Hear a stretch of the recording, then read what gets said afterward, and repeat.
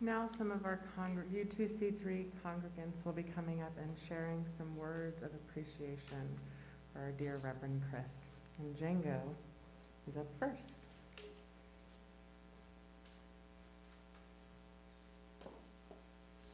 I hope I don't break up and start crying, Chris. So this is a day of convergences. We have Gay Pride Month, Juneteenth, Father's Day, and now your last day here with us on a Sunday. So that'll make June 19th even more special a year from now, as you're remembered. So I wanted to start with some thank yous.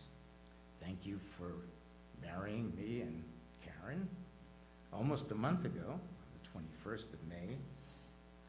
Thank you, Most Reverend Chris, for having trust in me to come up here on an occasional Sunday and give a speech untethered. That takes a great deal of trust to allow me to come up here and do my antics. So, but most importantly, thank you for being our spiritual captain on Team C2, U2C3.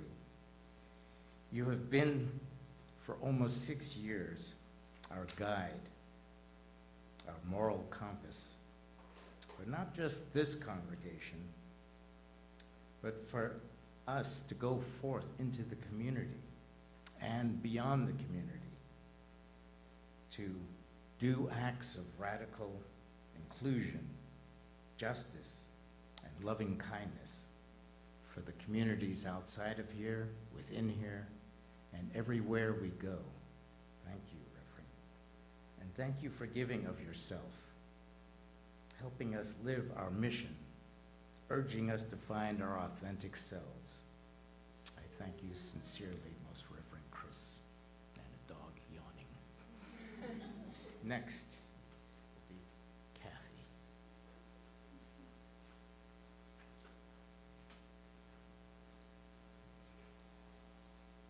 Good morning. My name is Christy Stockman, and I'm here to talk about how much I have enjoyed having Reverend Chris as our minister at U2C3.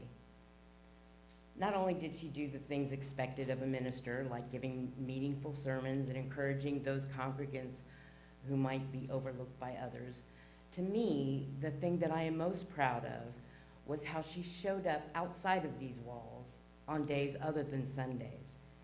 Whether it was the first March for Our Lives, when young people were taking charge to stop gun violence, or when a group of nuns and grandmothers came together to stand up for the children and families of immigrants to be treated with basic human dignity regardless of their country of origin, or the movement for Black lives, or the basic rights of bodily autonomy for anyone with a uterus. Reverend Chris showed up. She showed up for all of us, with all of us. I can't tell you how my heart swelled with pride whenever I saw our church banner raised alongside her bright yellow love stole. I come to this church because I am on a moral and spiritual journey with all of you. Reverend Chris has been our stalwart companion on that march, and I think the road will be harder and rockier for all of us without her ministerial guidance. That's not to say her ministry has been without hardship or controversy. To paraphrase the immortal words of the famous modern philosopher Taylor Swift, you will always have detractors, but you must persevere. And Reverend Chris has. And under her guidance, and our church and our congregation has, through COVID, through deaths, we are still here, and we are ready to thrive and renew. But it won't be with Chris, and that makes me a little sad. It's in those special times of sadness and joy that I am most grateful that we have a minister. A year ago this month, my mother passed away. My extended family is small and estranged, and I felt very alone in my grief. I am so grateful Reverend Chris was there. Not just any minister, but my minister, our minister. Having someone beside me who knew me was irreplaceable, and I'm not sure I could have gotten through the eulogy without Reverend Chris. My family is very fortunate to be celebrating this fall with my stepdaughter's wedding, but Reverend Chris can't be the one to officiate. All of us are sad about that. We will still have a beautiful wedding, but it won't be the same without the woman who has walked beside our family for years and who knows Megan's special needs. The role of minister is intimate and personal. I'm still learning where that fits into my life. For me, it's neither an inferior nor superior position. A minister neither leads nor follows me in my journey, but walks beside me, a very special comrade, a partner. The shining, gentle soul of Chris Hoffman has been that partner for me, and I envy the congregants in South Carolina who will benefit from her wisdom. There is a Sanskrit phrase I learned, Baraka Bashad, that is said as both a greeting salutation and a parting wish. I am told it means, may the blessings be. May the blessings be for you, Chris, in your new journey.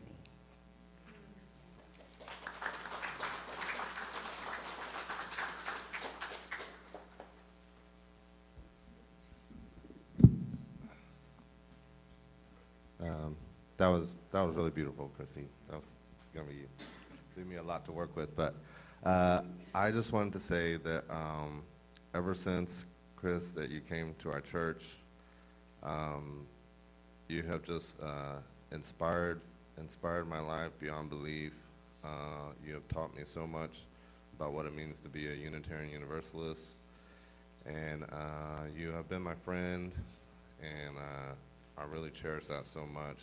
It's been a pleasure to talk to you, to have every time after you would give your sermons, you know, I just could not wait to talk to you after your sermons, because for me, I think, you know, the way you came here and talked to us about Unitarian Universalism and what it meant to be Unitarian Universalist, and all the history lessons and all the passion and all the poetic sermons that you put together, I just think, you know, it's nothing short of genius, and it really shows such a level of like what it means to be you know, to have a minister such as you. You know, I just feel so blessed, and so, you know, of course my heart is broken into many pieces to see you leave, but you will always be with me in my heart as you go on in your journey, and I wish you so much.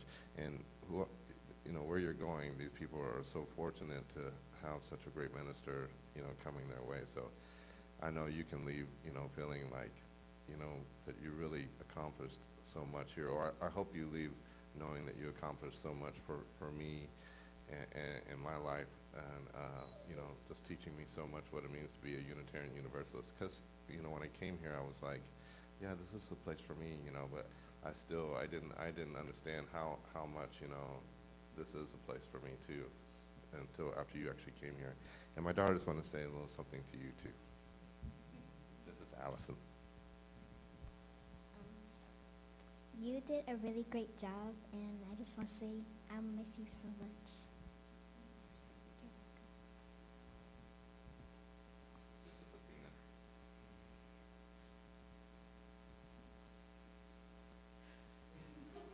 Just tell her what you think. Thank you very much.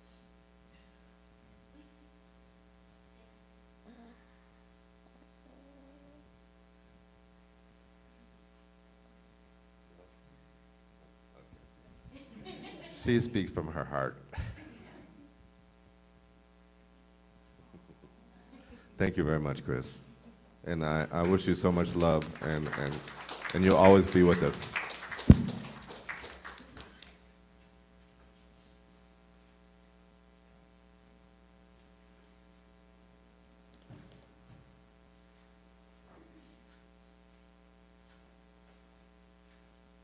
Goodness, that's a tough act to follow.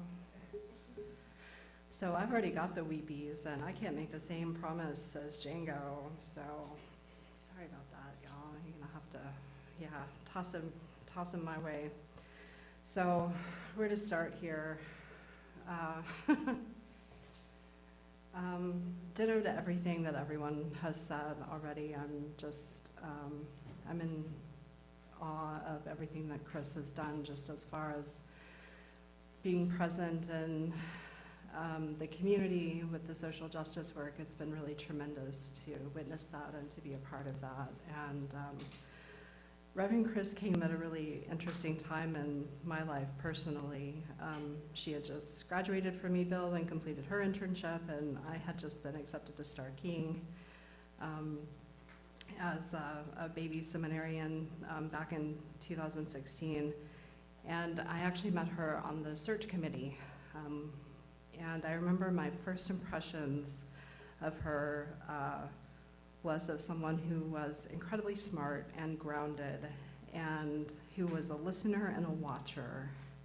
And this latter piece kind of made me uncomfortable because I'm also a listener and a watcher, but I'm not necessarily so comfortable being listened to and watched. So I was a little uneasy with that, but I could just see that she was extremely capable and bright and kind and genuine. And I mean, all of those things turned out to be true. And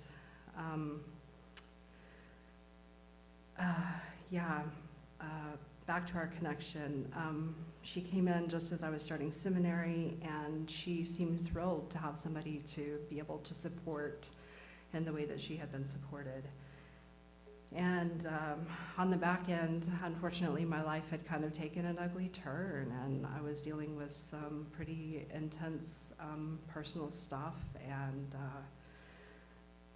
she was there through all of that. I was dealing with a soon-to-be very quick marriage/divorce in the period of a few months, a relapse that nearly ended my life. All the while thinking I had to put on this seminary face, right? And, but Chris was there through all of that. And when I came out on the other side of it, she was there too, and waiting to support and cheer me on.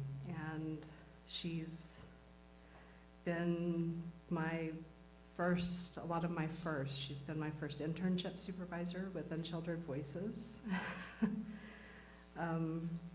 And though it's been a little bit controversial, she gave me my first stole whenever I first enrolled in seminary and got the support of the congregation here. And then recently, a few weeks ago, whenever I graduated from Starr King and got my acceptance at my internship congregation in Portland, which will be starting this August. So it's kind of come around full circle. So I just don't really know what to say here, other than any little aspirants that I take under my wing in the future will be done under your under your guidance and with your, with the model that you've, and the kindness that you've shown me. And in terms of what you've done here with the congregation, I can just tell you, spending the last 6 years of my life and gosh, 100K plus in seminary fees, like she's done all the right things here. She's just done an incredible job, just in terms from administration to pastoral care to just the whole span. She's just a superstar, and we are losing a gem. The folks in Greensville are really gaining something special, and really, really sad to see you go. But I know that, I look forward to our friendship not ending here. And I just thank you so much for your service and your time and your support and all the things that you've given all of us over these past 6 years. So thank you for that.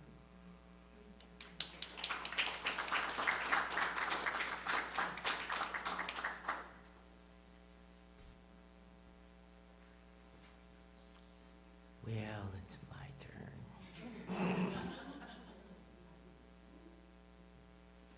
Yes. You don't get to fire me anymore for being the worship associate. So that's my funny thing to say. I'm not going to get through this.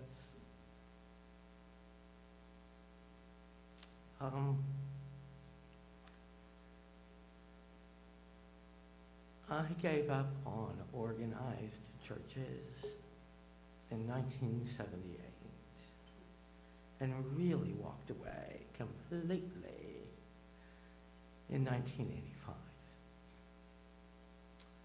I went on my own spiritual journey as part of my sobriety, and of course I landed on Wicca, and here I am, the great and mighty priestess, like the great and powerful Oz. So I am aging, and I said to myself, "Self, you really ought to have some community." I am in this church because of you, Chris. And you are the only reason that I joined this church and became a part of it. Because you made me feel, for the very first time in my life, when I walked in the doors of a church, that I was welcomed, that I was accepted, and that I was safe. And I will be forever in your debt for that, and grateful that you gave me that. You allowed me then, because I felt so safe, to speak my mind, to be truly my authentic self within the walls of a church, because we all know I'm my authentic self out there, but, well, mostly. But you gave that to me, and then through that, and having you in my life, being my true self and speaking my mind within this world of spirituality that this building offers and religion, it helped me see myself better, and you helped me stay on track. Django said, my moral compass, which I've always had, but sometimes I can kind of deviate from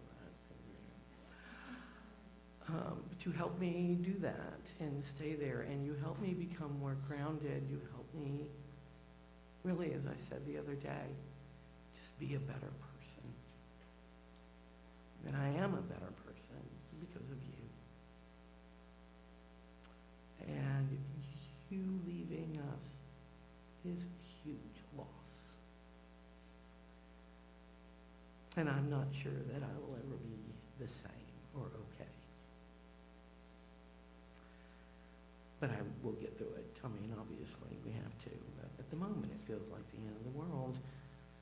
I can't thank you enough for being there for me with my mom. And just all the other stuff, daily stuff like Christy talked about. Just life stuff.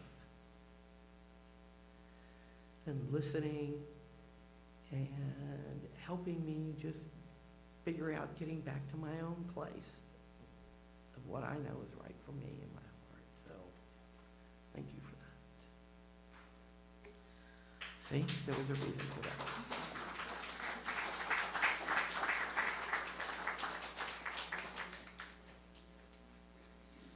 Okay.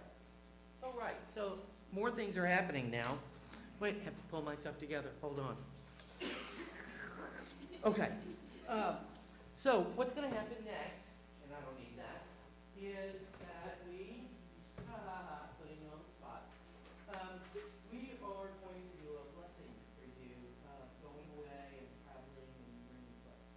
So that's going to happen, whether you like it or not. You're participating. What I would like to ask all of you to do, if you care, at your table, whatever, because I'm very, like, Chris, you're going to stand up.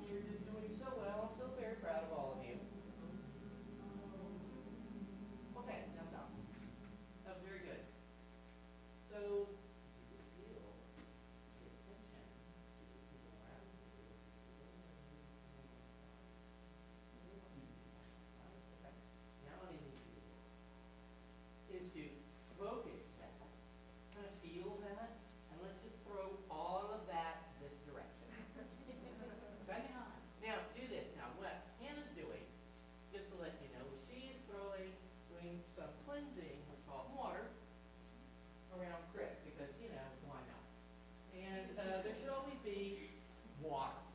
And just, kind of like a dunking, right, for baptismal, but not really. It's like in the ocean. Exactly. All right, now, here's a really important part. It's all really important. Okay, you're doing such a great job. Perfect. So, now we're gonna do a lesson. All right, we're gonna start right back here. Oh, you're getting marked. Now,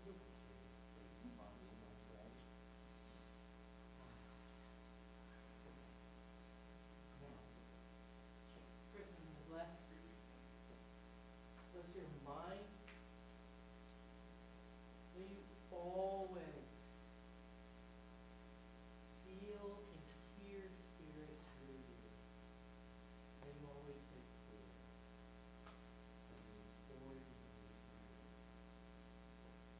And I want to bless your lips. May they always speak the truth. And then I bless your feet. May your feet always keep you steered in the right direction, on a good path, on a good way. Now, all of us are going to gather up this energy that we feel right now, right? We're gathering that up, gather. And now we're all like a ball, we're just going to throw it right at Chris. And we're going to say, blessed be! Blessed be! All right. Can everybody come and give hands on and give your most sincere blessings to Chris? And give her your love. I thought was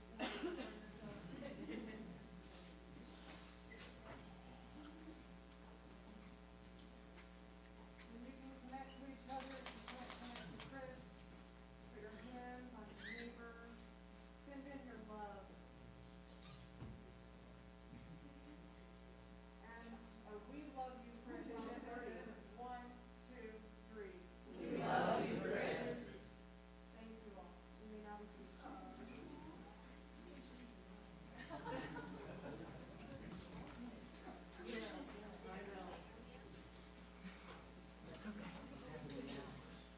The gift. Okay. Hand. Okay. Yeah. Thank you. We've got a few things to present to Reverend Chris, so I'm going to ask that you come up here and join us one more time. If you will, well, you can stay seated. That's fine. If you'll stand there and face the crowd, please. First, I'd like to invite Pastor Dana and Jonathan up. They have something to present to Reverend Chris first. And if you'll please speak loudly into the mic so everyone can hear you.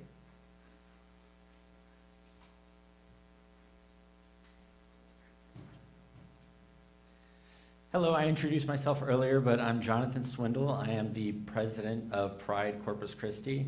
I do want to just mention a little something kind of as a little bit of background for myself. I joined the Pride Board in 2019, and I've been on a bit of a journey over the last 3 years to learn about what Pride means to the community aside from what it means to myself.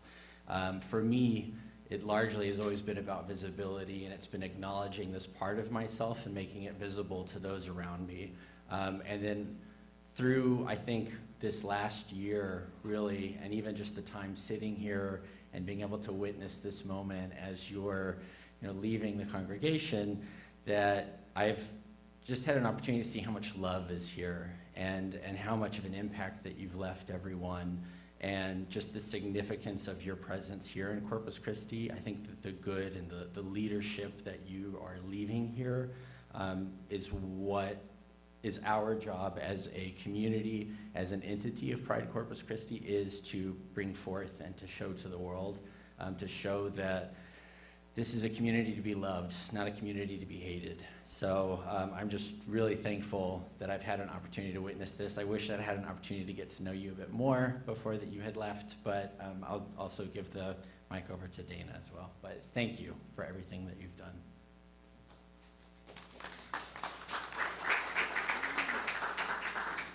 So on behalf of Pride Corpus Christi, we'd like to present you with this certificate of appreciation, and it says the following. Certificate of Appreciation 2016 to 2022, proudly presented to Reverend Christina Hockman in appreciation for your unwavering support and courageous pursuit of justice to the LGBTQIA+ community. Let justice roll down like waters, and it is signed by Jonathan Swindle, Pride Corpus Christi President, and the past President, Tom Tagliabue. I love you, buddy.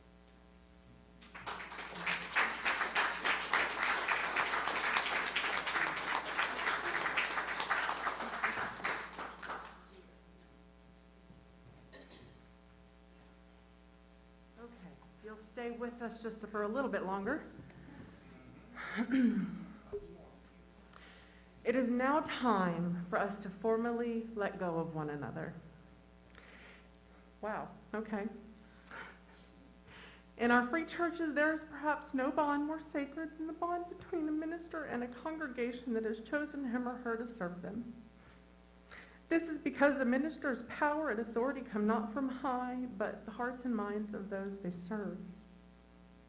The installation service is a way to recognize the beginning of that relationship. So it's only right and fitting that we have a ceremony to recognize its ending. So in that light, we thank you for your service in our pulpit. We accept its power of freedom for ourselves and release you from your service as the worship leader. we thank you for the pastoral care you have offered us. We accept its power of compassion for ourselves. And we release you from your service as our pastoral caregiver. We thank you for your professional leadership. We accept its power of vision and knowledge and release you from your service as our professional leader. And finally, we thank you for joining into covenant with us. We release you from our covenant with one another. Go your way in peace, truth, and love. And thank you for everything you have done for us. Now, for gifts. Now, I'll let you present yours first. And by the way, this is Glenn Kiley, my husband, and he's got something to give the minister. Yeah. Okay, so in another life with different aspirations, I fancied myself a painter.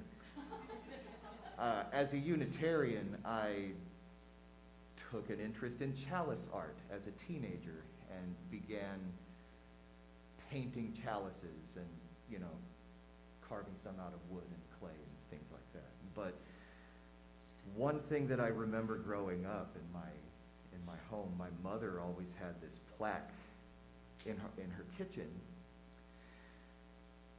and I don't know where she got it, and the quote is not credited to anyone, so I don't know who said it first. But You cannot find it on Google. it's not on Google.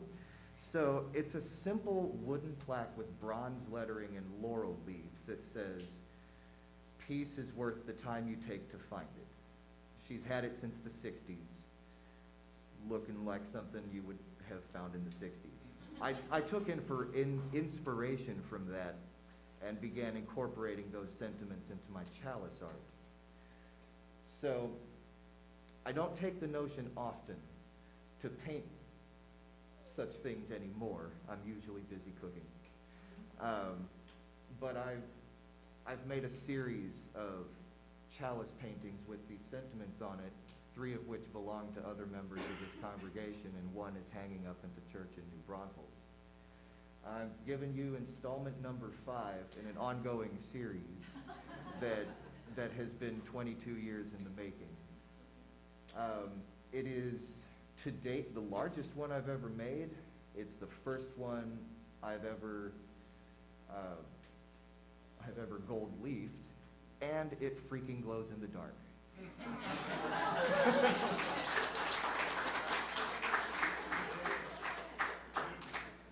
Okay, and then finally, if you will hold this for me, if you will come forward, I'll let you unwrap it. You can hand me the things as you take them out.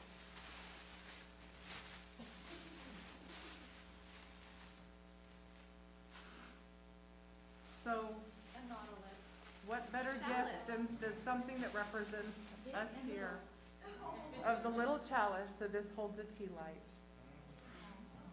You're very welcome. The next is a chalice necklace from Chalice Works, so you can always carry the light wherever you go. We'll put these where people can see them after the service. And then finally, sorry, it's in a Ziploc, I didn't want it to get, and it was already open.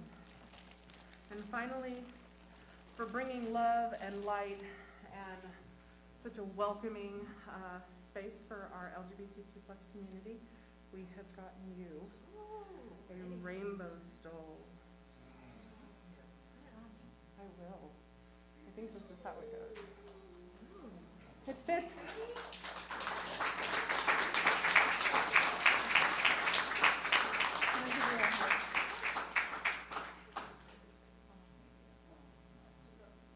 Okay.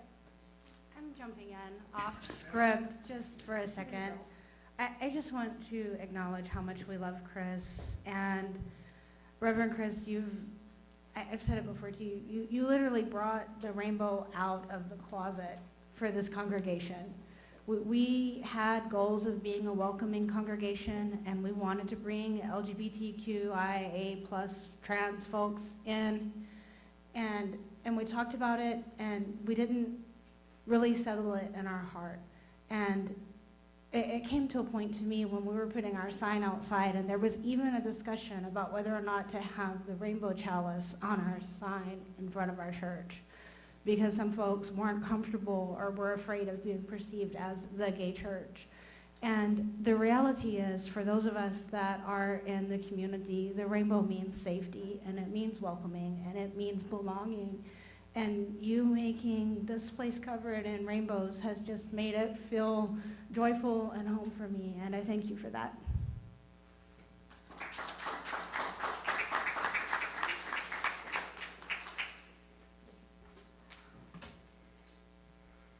And now Reverend Chris has a few words to say to us all. Well, thank you. Obviously, I'm so overwhelmed. I'm glad I prepared some things to say. Otherwise, you would be getting a nonsensical gush of who knows what that wouldn't be very poetic. So with paper here, I'm shooting for something a little poetic, but and brief, don't worry.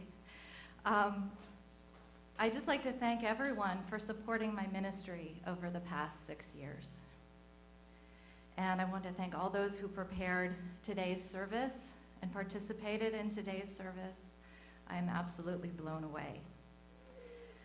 And in particular, I want to thank Hannah, who will be your key staff member going forward, if not only, almost only staff member going forward. And I'm going to completely plagiarize a very famous quotation and advise you to ask not what Hannah can do for you, but what you can do for the congregation and for Hannah. Words of wisdom to keep in mind going forward. So I think it's safe to say there's been a feeling of loss today. I'm feeling it too.